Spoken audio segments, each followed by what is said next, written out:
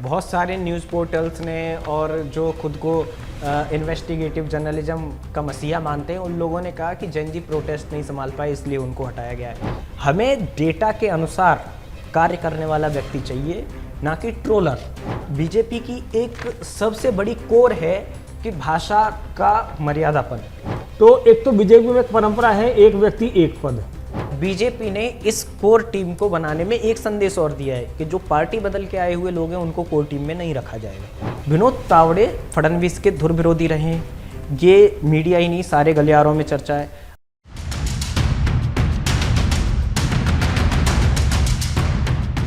नमस्कार, मैं हूं तरुण झा और आप देख रहे हैं राजनीति का धुरंधर।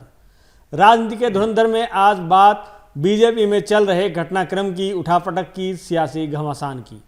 पिछले 2-3 दिनों में जो बीजेपी का घटनाक्रम हुआ है उससे क्या संकेत हैं, बीजेपी में क्या चल रहा है, इस पर बात करने के लिए हमारे साथ हैं हमारे साथी पत्रकार शिवम यादव। धन्यवाद। शिवम जी, बीजेपी में क्या चल रहा है, क्या पक रहा है, क्या घट रहा है? फिलहाल तो आहट ऐसी है कि पूरी की पूरी टीम बदल दी गई है, या ऐसे कहें बीजेपी की कोर टीम में बदलाव किया गया है। लेकिन सबसे चर्चा जो है बीजेपी की पूरी टीम की चर्चा एक तरफ और एक व्यक्ति की चर्चा एक तरफ। बिल्कुल, आप समझ गए होंगे मैं किन की बात कर रहा हूं। आप अमित मालवीय की बात कर रहे हैं। अमित मालवीय को जिस तरह से रिप्लेस किया गया वो बहुत सोशल मीडिया से लेकर एक पब्लिक डोमेन में बहुत बड़ी चर्चा का जो है विषय बन गया है। बिल्कुल। क्या लगता है क्यों हुआ ऐसा? देखिए, बहुत सारे न्यूज़ पोर्टल्स ने और जो खुद को इन्वेस्टिगेटिव जर्नलिज्म का मसीहा मानते हैं उन लोगों ने कहा कि जेन जी प्रोटेस्ट नहीं संभाल पाए इसलिए उनको हटाया गया है। हालांकि पार्टी क्या आप यही मानते हैं? अब मैं बताता हूँ। हालांकि पार्टी के आधिकारिक सूत्रों से ऐसा कुछ भी उजागर नहीं हुआ, लेकिन देखिए बदलाव तो होना ही था। 11 साल से एक पद पे रहना है ना, सोशल मीडिया और आईटी के चीफ बने रहना, तो बदलाव की आहट तो दिख रही थी। अब वो कब होगा इसका किसी को अंदाजा नहीं था, और मुझे लगता है ये सही वक्त भी था जब मोदी जी ने कहा कि नितिन नवीन जी मेरे नए बॉस हैं। अब बॉस आए हैं तो बॉस अपनी थोड़ी बहुत टीम को भी लेके आएंगे और बदलाव भी करेंगे, क्योंकि हर बॉस का एक पैटर्न होता है, काम करने का तरीका होता है, और वो चाहता है कि उसकी कोर टीम में वो लोग रहें जिन पे वो भरोसा जता सके, जिनको आंख मूंद के काम दे सके तो वो काम कर पाए। अब तो क्या अमित मालवीय पे नितिन नवीन भरोसा नहीं जता सकते थे? स्थिति ऐसी थी कि बहुत सारी चीजें, चाहे वो संगठन की हों, चाहे बीएचपी की हो, बजरंग दल की हो, संघ की हो, अमित मालवीय इन संगठनों के ट्वीट से, इनके प्रवक्ताओं की सहमति असहमति से कटे हुए नजर आते थे। वो जो ट्वीट करते थे और जो उनकी टीम थी वो आक्रामक रूप से बीजेपी का पक्ष रखती थी सोशल मीडिया पे। जब आप आक्रामक रूप से पक्ष रखते हैं तो आप पे भी हमले तेज हो जाते हैं। सामने विपक्षी दल हो गए, दूसरे लोग हो गए, वो भी आप पे हमले करते हैं। अब आपका काम है, जैसे फॉर एग्जांपल आपका काम है रिपोर्टिंग करना, और आप प्रवक्ता बन के घूमे किसी पार्टी के, तो ये आपका काम शोभा नहीं देगा। तो अमित मालवीय कहीं ना कहीं प्रवक्ताओं से भी बड़े प्रवक्ता बन के, जैसे सोशल मीडिया पे, ट्विटर पे खासकर, सोशल मीडिया भी नहीं, उनको यूट्यूब से या फेसबुक से या दूसरे प्लेटफॉर्म से उतना मतलब नहीं होता था। ट्विटर पे अगर कोई ट्रेंड चल गया तो वो उस ट्रेंड के अगर खिलाफ है तो 100 चीजें लाके पटक देते थे, और कई सारे मुद्दों पे फेल नजर आए। जैसे यूजीसी का एक बड़ा मुद्दा रहा, यूजीसी के मुद्दे पे पूरी बीजेपी की आईटी सेल बैकफुट पे नजर आई और आज भी है। जिस तरीके से छात्र आंदोलन का मुद्दा रहा, पूरी बीजेपी की सेल, जो आईटी सेल है, वो बैकफुट पे नजर आई। और कहीं ना कहीं, अब मैं आपको इसका एक सबसे बड़ा एग्जांपल बताता हूं। जब भी कहीं कोई घटना होती है, लेफ्ट मीडिया को पूरा जोरों शोरों से वहां भेजा जाता है, उनको फाइनेंस किया जाता है, उनके लिए इकोसिस्टम बिल्ड किया जाता है, लोग उस कंटेंट को शेयर करते हैं। बीजेपी के कहीं ना कहीं 10-11 साल में ये इमेज बन गई है, या ऐसे कहीं आईटी सेल की ये इमेज बन गई कि ये तो है ही राइट विंगर, इसके पास ऑप्शन क्या है, ये तो करेगा ही मेरा सपोर्ट। तो वो दिखाते ही नहीं थे। चाहे केरल हो गया, चाहे दूसरी चीजें होंगी, कितने उत्तर प्रदेश से लेके दिल्ली एनसीआर के यूट्यूबर हैं जो बड़े नाम हैं, जो केरल में जाके रिपोर्टिंग की हो जहां बीजेपी कार्यकर्ता मारे गए, नहीं करते हैं क्योंकि वो बीजेपी का इकोसिस्टम ही बिल्ड नहीं है वहां पे। और भी बहुत सारी चीजें थी कि नितिन नवीन जी चाहते हैं, जैसे दीपक मास्के जी हैं, उनको नया चीफ बनाया गया। दीपक मास्के जी की जो एबिलिटी है वो डेटा ड्रिवन है। वो उन्होंने जो केमिस्ट्री के प्रोफेसर हैं, डेटा को एनालाइज करते हैं, किस क्षेत्र में कितना अच्छा वोट है, किसको हम अपनी तरफ तोड़ सकते हैं, मिला सकते हैं, किस तरीके से इस पे अटैक कर सकते हैं। नितिन नवीन अध्यक्ष बनने से पहले वहाँ के प्रभारी रहे, इस नाते से उनके कामकाज को करीबी से देखा उन्होंने हुआ है। देखा, तो उन्होंने उनको वहां से अचानक से उठा के और उन्होंने कहा कि आप संभालो ये जिम्मेदारी, हमें डेटा के अनुसार कार्य करने वाला व्यक्ति चाहिए, ना कि ट्रोलर। और लोग लिखते थे कि अमित मालवीय ट्रोलर बन के रह गए हैं, वो सिंसियरिटी नजर नहीं आती है। तो कहीं ना कहीं उन्होंने हाँ, तो हमले में जब छोटा है तो छुटपन आ जाता है, कुछ हाँ। इधर से भी छुटपन पर उतरना पड़ता है, तो एक सभी पे अंतर तो पड़ता है। बिल्कुल बिल्कुल। दूसरा, बीजेपी की एक सबसे बड़ी कोर है कि भाषा का मर्यादापन। बीजेपी चाहे सामने वाली पार्टी गाली ही क्यों ना दे रही हो, बीजेपी क्योंकि संघ के व्यक्तित्व से पार्टी आते विद हैं, डिफरेंस के लिए ये खास हाँ। जो है खासियत चाहिए थी, हाँ। जिससे बीजेपी ने पिछले कुछ सालों में समझौता करती दिखाई दी। बिल्कुल दिखाई दी। और कई बार ऐसे ट्वीट्स और ऐसे सोशल मीडिया पोस्ट देखे गए कि कार्टून बना के कांग्रेस के, इंदिरा गांधी के, दुनियादारी के गाली गलौज जैसी भाषा यूज हो रही थी। लेकिन इस लिहाज से जो टीम है, इस टीम में आप देखेंगे तो जो अरुण यादव हैं, अरुण यादव को पिछले कुछ समय के लिए सस्पेंड भी किया गया था हरियाणा के सोशल बिल्कुल मीडिया इसी भाषा को लेके संभालते किया थे। गया था। लेकिन अब इस टीम में जगह दे दी गई, तो इससे तो कोई संदेश निकल नहीं पा रहा है। देखिए, अब सही संयोजक उनको बनाया है, लेकिन हरियाणा का बनाया है। हरियाणा की पहले वो टीम की जिम्मेदारी संभालते थे, तो उन्हें सपोर्ट टीम के लिए रखा गया है, अभी उनको प्रभार नहीं दिया गया है। पहले वो इस टीम को लीड करते थे, हरियाणा की सोशल मीडिया टीम को। लेकिन आप ऐसे देखिए कि नूपुर शर्मा केस के बाद, अच्छा, नूपुर में भी एक बहुत बड़ा मसला है। मैंने कहीं देखा था कि नूपुर शर्मा कह रही थी कि बहुत बहुत धन्यवाद मोदी जी, आपकी वजह से, और अमित शाह जी, आपकी वजह से मैं जिंदा हूँ। नहीं बहन, आप उनकी वजह से जिंदा नहीं हो, बल्कि वो तो डिफेंड नहीं कर पाए, आपने तो सिर्फ वो पढ़ा था जो लिखा हुआ था, है ना। तो जो भी राष्ट्रवादी चेहरे हैं, आपने कभी भी अमित मालवीय को, योगी जी को कोट करते नहीं देखा होगा, या बीएचपी को, या आरएसएस को। जब ये ईगो आ जाती है कि नहीं हम बड़े हैं आपसे, तो कहीं ना कहीं आपकी बुराइयां, भीतरघात, आपके विरोधी भी एक्टिव हो जाते हैं और भी चीज हो जाती हैं। तो अमित मालवीय को इसका कहीं ना कहीं विरोधाभास उठाना पड़ा है। क्या बात सोशल मीडिया की चल रही है, तो मैं मीडिया वाले पे आना चाहूंगा। हाँ, मीडिया में जिस तरह से बदलाव हुआ, जिस संजय मयूख जितने सॉफ्ट थे, जितने मिलनसार थे, बिल्कुल। उस लिहाज से उन्हें इस बार प्रमोशन मिलना चाहिए था, उन्हें टीम से बाहर कस्ता दिखा दिया गया है। बिल्कुल। अनिल बलूनी पिछले लंबे समय से इसी पद में, तो इसी पद पर रखा गया, तो इसको क्या आप सही समझते हैं? अब देखिए, मैं इस चीज को सही नहीं समझता। संजय मयूख जी बहुत ही भारी भरकम व्यक्ति थे, वो बातों को तोल मोल के बोलते थे। वो, मैं ये नहीं कह रहा कि प्रदीप भंडारी या अनिल बलूनी जो हैं वो उतावले हैं, लेकिन मैंने देखा है एक पेशेंस लेवल व्यक्ति का होता। प्रदीप भंडारी जी हैं फॉर एग्जांपल, प्रदीप जी को आप प्रवोक करिए, वो उतने तथ्यों के साथ चीजें नहीं रख पाते। अगर इसमें मैं नाम देखता, हालांकि दूसरी जगह दे दिया है, प्रवक्ता में है उनका नाम, लेकिन अगर इसमें मीडिया में अगर सुधांशु त्रिवेदी जी का नाम होता तो वो जस्टिफाइड होता कि भाई वो व्यक्ति बोलता अच्छा है, तथ्यों के साथ बोलते हैं। हालांकि उनका नाम बहुत मुमकिन है प्रवक्ता प्रवक्ता की में, लिस्ट में आएगा। हाँ। लेकिन इसमें तो मीडिया प्रभारी की बात थी, जो मीडिया कर्मियों से समन्वय बना सके और इससे जुड़े मसलों को देख सके।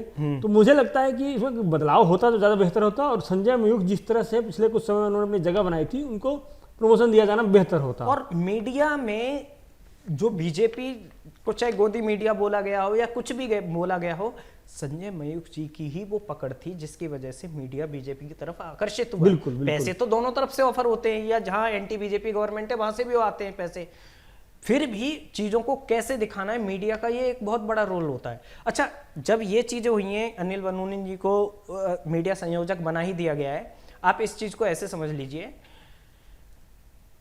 संजय मयूख जी की भी कहीं ना कहीं स्थिति ऐसी थी कि मीडिया वही, अच्छा, लौट फिर के आदमी कितना भी सोशल मीडिया देख ले, जब घर में बैठता है तो देखता मीडिया है, टीवी है ना, टीवी है, चाहे वो थोड़ी देर के लिए देखे। और सोशल मीडिया पे भी खबरों का 80% स्रोत टीवी ही है।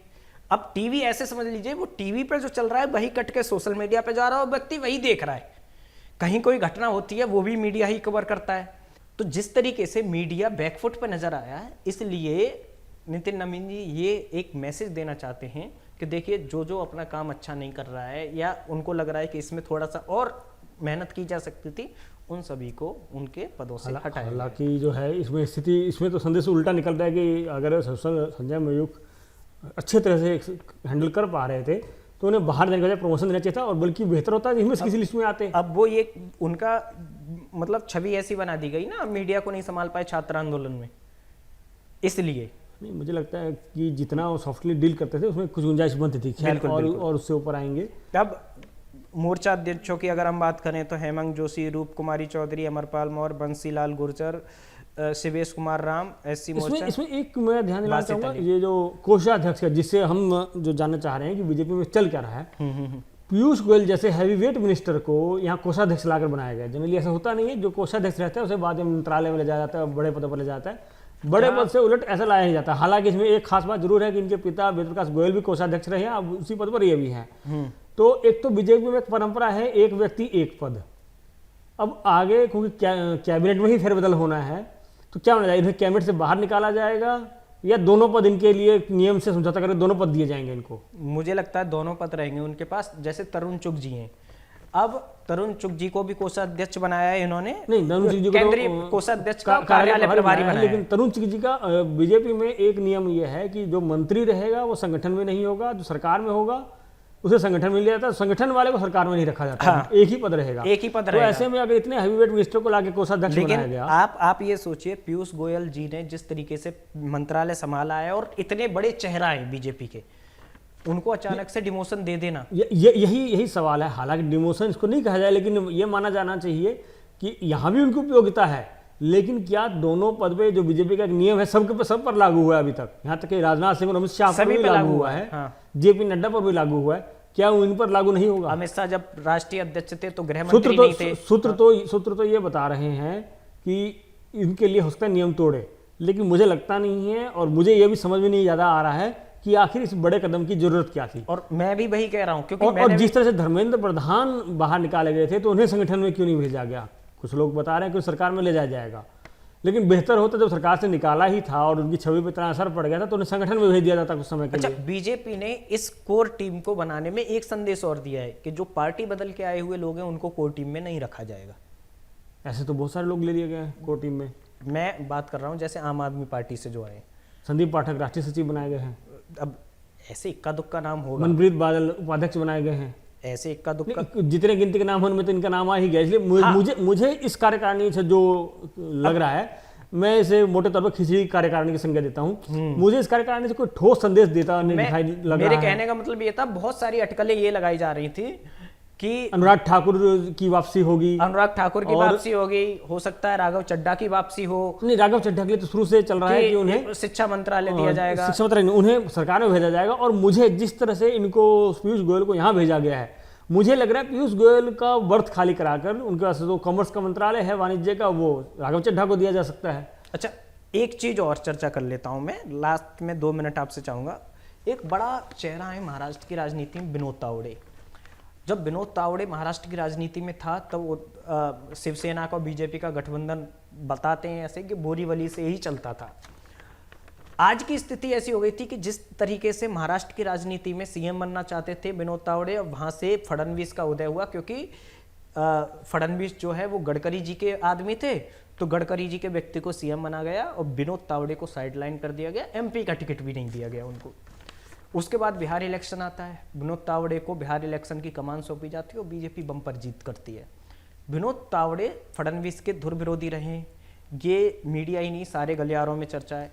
अब विनोद तावड़े को उत्तर प्रदेश जैसी जो प्रदेश है उसका प्रभार सौंपा गया है, ये भी अपने आप में एक बड़ा चर्चा है।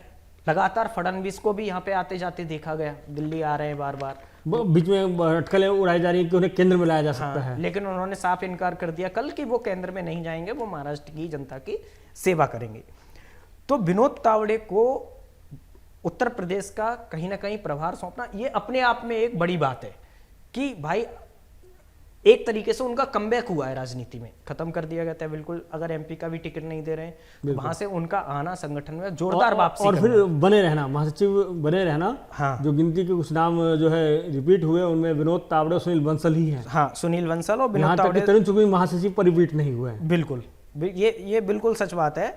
तो इस हिसाब से अगर देखें तो इसमें बनाने की कोशिश तो की गई है, लोगों को साधने की भी कोशिश की गई है, इम्बैलेंसिंग सा लगा। अब उत्तर प्रदेश में इस पूरे में हिमाचल प्रदेश से कोई भी नहीं है। हाँ, एक चीज और मैं, मान लीजिए अनुराग ठाकुर अगर ये कल सरकार में मंत्री बनते हैं तो पूरी मिला के हिमाचल सरकार में चला गई, संगठन में कहीं नहीं है, जो कि हिमाचल में एक वहां से लिया जा सकता था। अब मैं आपको एक चीज और दिखा देता हूँ, बीच में ऐसी अटकलें लगती आई हैं कि योगी वर्सेज अमित शाह चलता है, वो इस सीट में दिखा है, क्योंकि कुंवर बासित अली को अल्पसंख्यक मोर्चा का अध्यक्ष बना दिया गया है और तारिक मंसूर को उत्तर प्रदेश का उपाध्यक्ष बना दिया गया, राष्ट्रीय उपाध्यक्ष, है ना।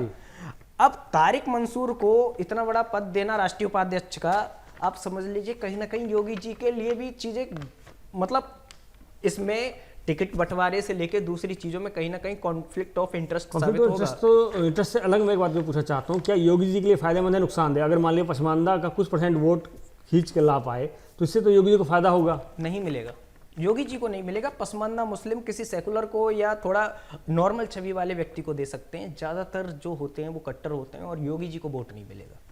लेकिन जो उत्तर प्रदेश दानिश आज़ाद अंसारी को मंत्री बनाया गया वो भी पसमानदा समाज से हैं, ये भी पसमानदा समाज से हैं, तो ऐसे में कोई तो ऐसी रणनीति होगी कि पसमानदा समाज इनको कुछ रिस्पॉन्स कर रहा होगा तभी तो बनाएंगे। अब देखिए, क्योंकि रखना होता है ना, बीजेपी को सेल्फ सेटिस्फेक्शन से ज़्यादा कांग्रेस की और जो सेकुलर है उनकी रिकॉग्निशन ज़्यादा चाहिए होती है, तो उन्हें एक नाम ऐसा रखना होता है।